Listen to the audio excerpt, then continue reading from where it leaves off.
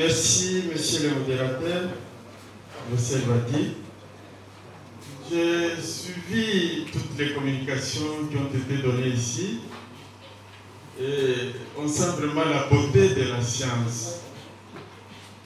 Pourquoi? Parce que science sans conscience n'est que ruine de l'âme. Et étant donné que nous sommes dans la science appliquée, la politologie appliquée, et tout ce qui a été dit ici nécessite une véritable appropriation pour en faire, pourquoi pas, des maisons de communication, comme j'ai senti tout à l'heure la doctorante Madame Judith. Et je voudrais même lui poser la question de savoir si effectivement elle a une agence en communication. Parce que ça peut faire l'objet de séminaires payants, surtout dans le contexte actuel. Toutes les interventions qui ont été faites ici, à partir de la première intervention et jusqu'à la toute dernière de notre apprenant, notre étudiant, M. Paquet, vous vous rendez compte que l'État, en tant qu'espace qui comprend la population, les territoires, le pouvoir politique, est un élément très important, cher aux juristes, aux politologues et même aux sociologues, une souveraineté palpable, pas une souveraineté théorique. L'État doit s'approprier de tout ce qu'il y a comme outil en termes d'intelligence artificielle, des différentes machines qui ont été citées ici, qui imitent l'intelligence humaine, qui voudraient planifier, qui voudraient analyser et au besoin planifier, comme je le disais, et décider. Et la structure étatique qui doit veiller à la sécurité des personnes ainsi que de leurs biens doit s'approprier de tout ce qui a été donné ici comme outil sophistiqué. Quand bien même, dans une certaine mesure, on peut crier à la violation des droits de l'homme parce que nous, les conseillers à la présidence l'avait dit, des questions qui sont soulevées, ce sont des questions de société. On doit voir la place de la gouvernance et l'utilisation de cette intelligence artificielle et par rapport aux questions éthiques.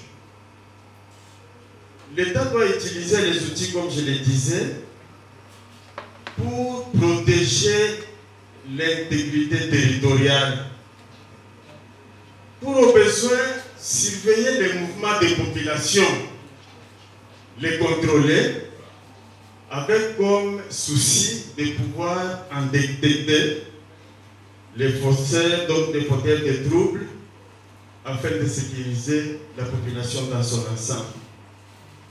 Raison pour laquelle, mes chers amis, chers enseignants, chers responsables, chers étudiants, nous ne pouvons que remercier l'initiative qui est venue de l'OGIE, qui consiste à rassembler ces intellectuels, ces universitaires pour réfléchir, y compris ceux qui sont beaucoup occupés ici, parmi lesquels le médecin.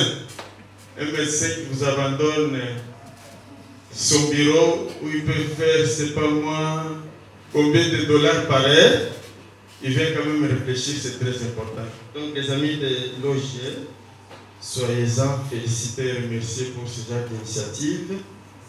C'est ce qui fait fonctionner l'université. Il doit contribuer au programme de société. Je vais vous présenter une modeste communication. Parce que tout a été presque dit, moi je vais juste tout simplement passer à l'opérationnalisation, à la matérialisation de ce qui a été dit dans le domaine de la gouvernance sécuritaire. Ma communication a à peu près 5 points. Le problème de digitalisation a été déjà évoqué, mais nous évoquerons cette digitalisation dans le domaine de la défense du territoire, dans le domaine de la protection des populations ainsi que leurs biens. Nous passerons au deuxième point où on va faire allusion aux enjeux et défis majeurs de la gouvernance de sécurité en République démocratique du Congo. Et nous allons revenir à cette, disons, à la catégorie des nouvelles formes de guerre. Vous vous rendrez compte qu'avec la digitalisation, avec les nouvelles formes de structures, on peut faire la guerre à distance. Et avec comme conséquence l'élimination des frontières physiques.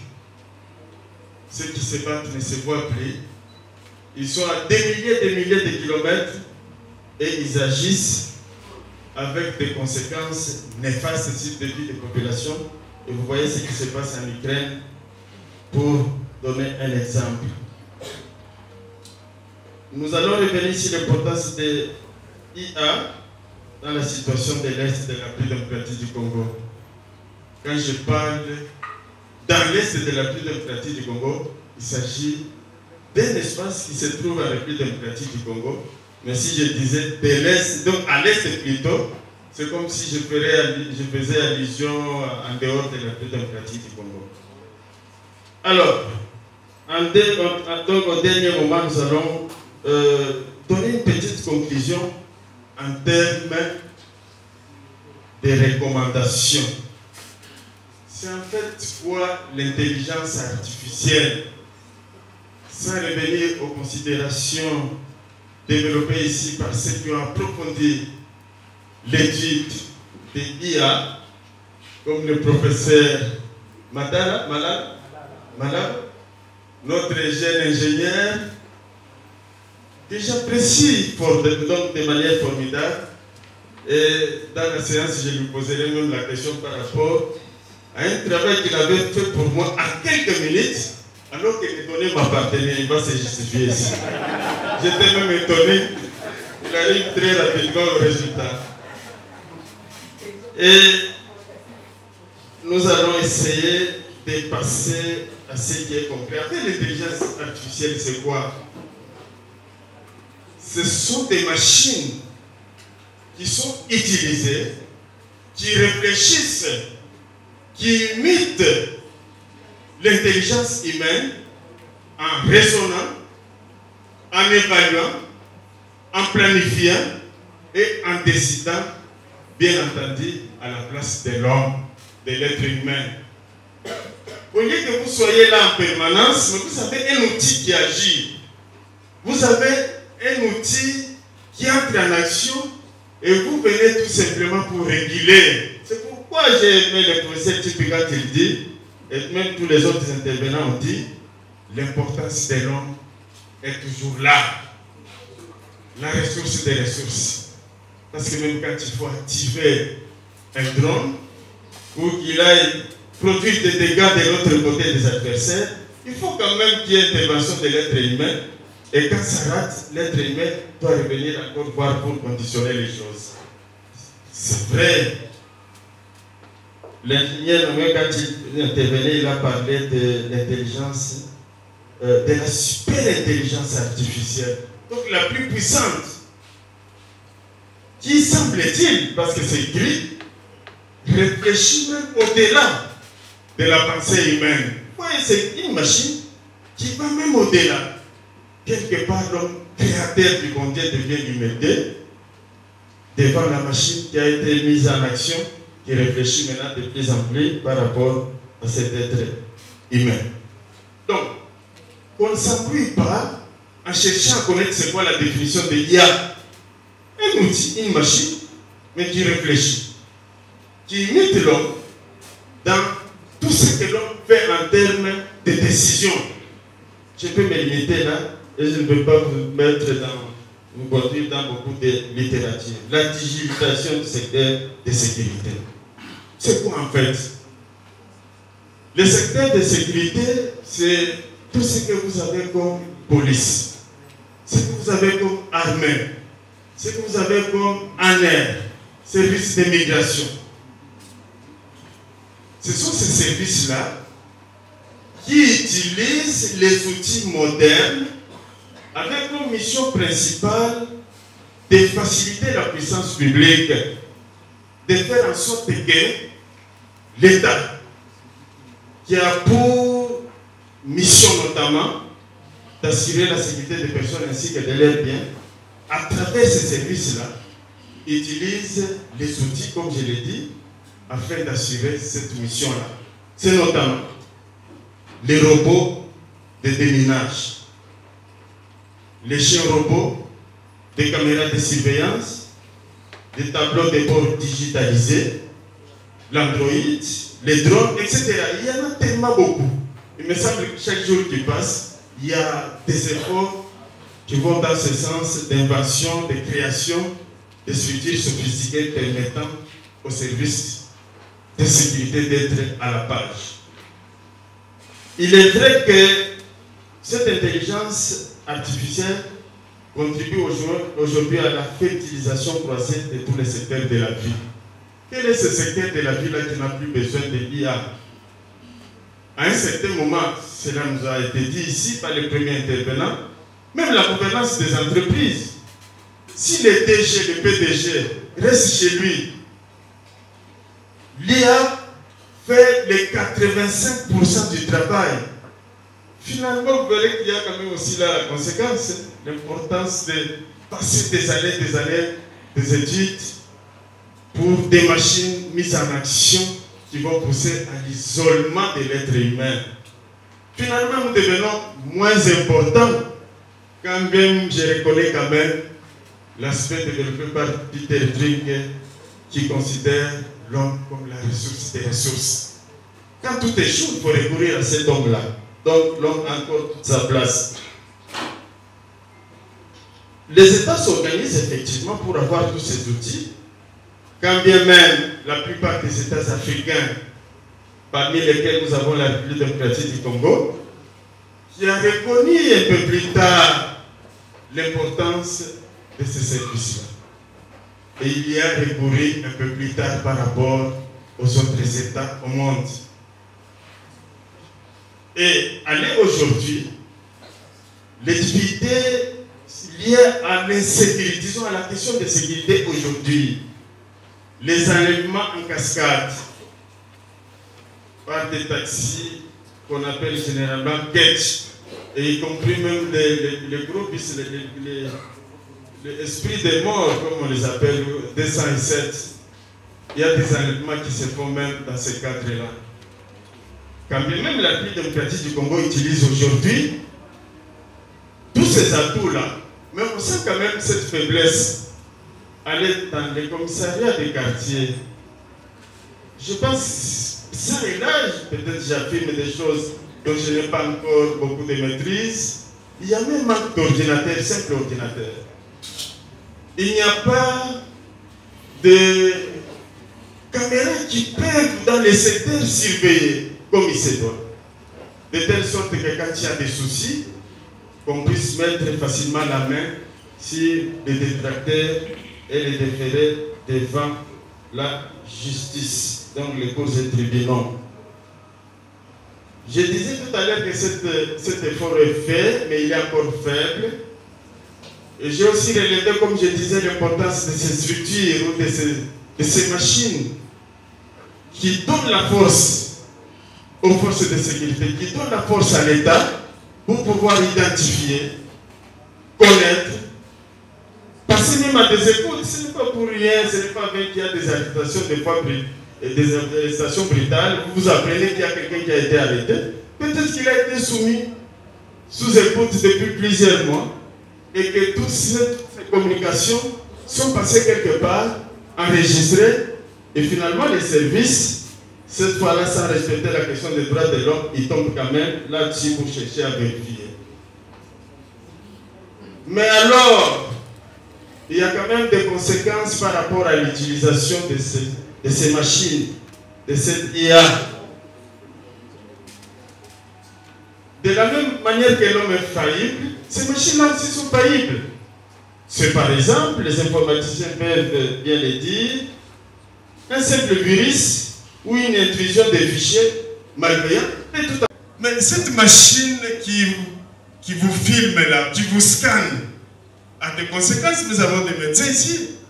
certes que ceux qui sont là devant leur machine ordinateur, ils voient même le corps de la personne, femme ou homme, ils voient toute la composition de tout ce que vous avez comme organe. Et vous voyez que le problème évoqué ici des droits des personnes s'est posé en ce moment-là. Et même du point de vue de santé, à la longue, il peut y avoir des conséquences. Fraude sur les réseaux, piratage, etc. Vous avez suivi les Américains. Nous avons des collègues qui viennent des États-Unis. Donald Trump a accusé, ses partisans notamment, ont accusé le camp de Joe Biden d'avoir triché. Pourquoi? Parce que le réseau a été noyauté par les Russes. Vous qui venez là-bas, peut-être dans les commentaires, dans les débats, vous direz quelque chose. J'ai déjà dit qu'en Afrique, c'est arrivé un peu en retard. Parce que c'est arrivé en retard au moment où partout ailleurs, et même quand bien c'est arrivé, on n'a pas la possibilité de surveiller même toute la ville de Kinshasa à partir des caméras de surveillance, à partir des robots digitalisés qui peuvent regarder pour voir tous les mouvements, y compris des mouvements suspects la nuit, par exemple, détecter les ennemis intérieurs, sans oublier bien sûr des ennemis extérieurs à partir des frontières. Et là, je vous envoie une déclaration que je n'ai jamais cessé d'évoquer de Nicolas Sarkozy quand il parlait de l'Africain. Qu'est-ce que Nicolas Sarkozy a dit? Que l'Africain vit avec les saisons. Il est dans l'éternel recommencement. Donc, quelqu'un qui vit avec les saisons. Laissez-moi vous lire textuellement ce que j'ai noté à propos des déclarations de Nicolas Sarkozy. Nous sommes le 26 juillet 2007. Il dit ceci à l'université Cheikh Anta Diop de Dakar.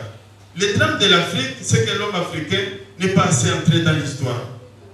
Le paysan africain qui, depuis des millénaires, vit avec les saisons, dont l'idéal de vie est d'être en harmonie avec la nature, ne connaît que l'éternel recommencement du temps rythmé par la répétition sans fin, etc., etc.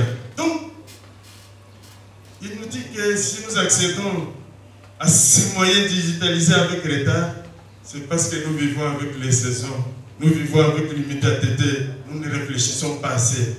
Mais il oublie quand même que la science trouve quand même l'origine en Afrique, avec tout ce que vous connaissez sur l'Égypte et consorts. Enjeu majeur de gouvernance de sécurité. Oui, ici, nous devons savoir que la République démocratique du Congo est un État, un pays exposé aux convoitises internationales. Et ce que nous oublions souvent, c'est que la République démocratique du Congo constitue un véritable champ de bataille des intérêts divergents, des multinationales, des puissances militaires, des pays puissants, des pays limitrophes, le Rwanda et consorts, qui sont des fois à la quête de l'espace territorial pour mettre la main bas sur les ressources premières. Et par cette position-là, nous avons l'obligation de mettre en action, en dehors de l'intelligence stratégique, qui nécessite d'adopter une approche holistique permettant de mettre en pratique tout ce qu'il faut pour la sécurité des personnes, des biens et la défense du territoire. Nous devons aussi penser à ces structures, à cette intelligence artificielle, à ces machines qui peuvent bien nous aider à résoudre les problèmes. Les drones sont quand même payés de la mort. Mais si nous les avions acquis depuis très longtemps et que nous avions des outils de surveillance totale des frontières et qu'on contrôlait les mouvements le long du fleuve, nous avons 9 voisins. Et ailleurs en Europe, par exemple, vous pouvez commettre n'importe quelle gaffe. On vous surveille même quand vous êtes à la frontière entre, par exemple, la France et l'Allemagne. On voit même comment vous entrez avec quelle marque de véhicule. On voit même comment le véhicule vous l'avez laissé abandonné. Et par conséquent, on a la possibilité de gérer le territoire comme il se doit. Rappelez-vous, mes chers amis, les enjeux sécuritaires, stratégiques sont énormes et de par la position prise par des acteurs individuels et collectifs, vous vous rendez facilement compte que notre pays a ce qu'on doit gagner, ce qu'on doit perdre. Et la conséquence, c'est que plusieurs déclarations et des individus et des institutions vont dans le sens de pouvoir asphyxier la République démocratique du Congo. Que faire dans ces conditions? Il faut mettre en action l'outil de l'intelligence artificielle.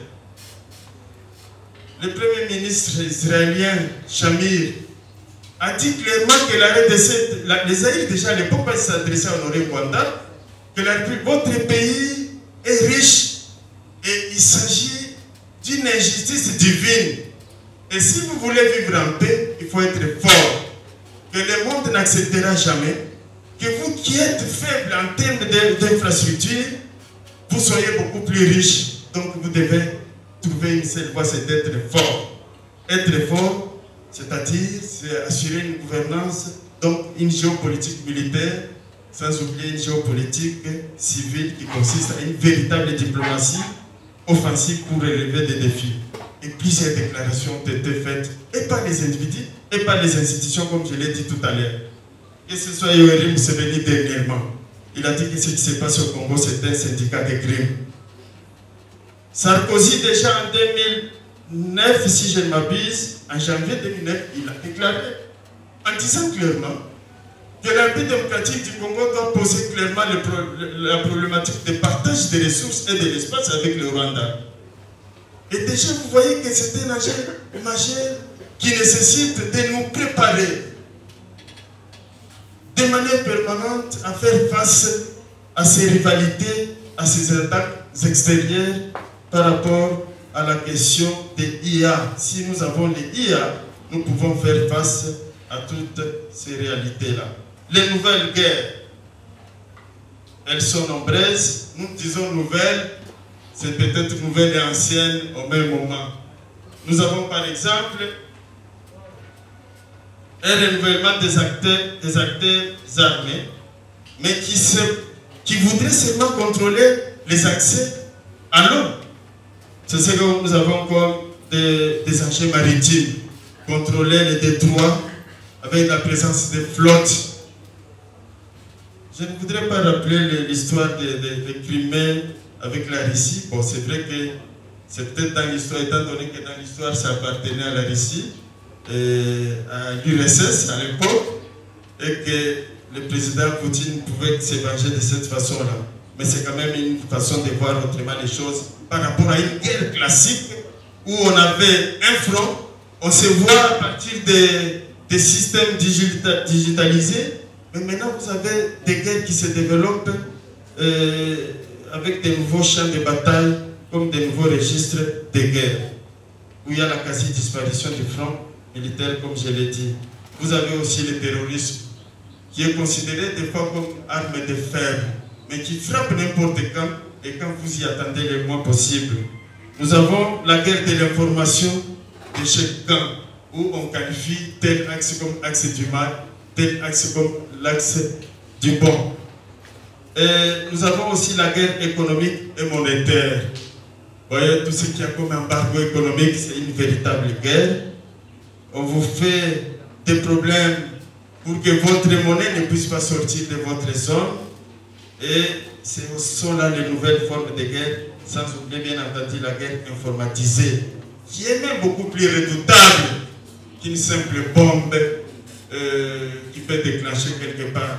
Pourquoi? Parce qu'on peut attaquer tout un système informatique de gestion d'une société comme la SNEL, la Régie des eaux, même l'armée. Et en ce moment-là, dans les systèmes où ils ont focalisé leur puissance en faisant de la révolution de l'intelligence et métaphore du cerveau, des structures de gestion des sociétés et des entreprises militaires, si vous voulez, ça peut créer d'énormes problèmes. Alors, qu'est-ce qu'il faut dire en termes de conclusions, recommandations? Ce qu'il faut, c'est reconstruire ce que nous avons en République démocratique du Congo, la police et l'armée et les équiper numériquement comme il se doit, avec la possibilité de surveiller sans faire trop de dégâts. On n'a plus tellement besoin au monde de roulage des personnes qui sont là, ils font la main comme ça, ils font comme ça. Non, non, ça devient dépassé tout cela. Et qu'on a la possibilité de réguler à partir des systèmes. Vous avez les robots construits par la femme du professeur Kirongos. Si vous pouvez multiplier ce genre d'initiatives, ce serait un bon débit. Encore qu'il faudrait avoir des caméras pour surveiller tous ceux qui ont dépassé la vitesse, ceux qui ont mal dépassé, pour des sanctions exemplaires. Il faut aussi promouvoir les écoles de sécurité en intelligence artificielle. Certes que vous me direz qu'il y en a, mais il n'y en a pas assez. Il faut que la République puisse créer. Par exemple, le TIES peut être là, le centre, et même l'école de guerre, qui fait un département bien sophistiqué, avec beaucoup d'outils pour développer l'intelligence artificielle et gérer harmonieusement les structures étatiques dans les domaines de sécurité. On doit aussi renforcer l'IA dans le programme national scolaire et universitaire. Déjà, l'informatique, je crois que le programme prévoit que cela soit vu déjà à partir de l'école primaire. Mais en ce moment-là, qu'on introduise aussi les aspects de l'IA à partir de nos écoles pour que nos universités prennent en charge les élèves qui ont déjà quelques outils en termes de bagages de formation. Il faut activer la politique de lutte contre la cybercriminalité à travers l'IA. Parce que moindre distraction, votre système peut être frappé. Il faut alors une cybersécurité pour pouvoir régler le cas. Donc il faut reprogrammer l'homme congolais par une éducation patriotique nationale pour éviter la domestication négative de l'IA. Ça, c'est la question éthique, comme tout le monde l'a dit. Je vous remercie pour votre aimable attention.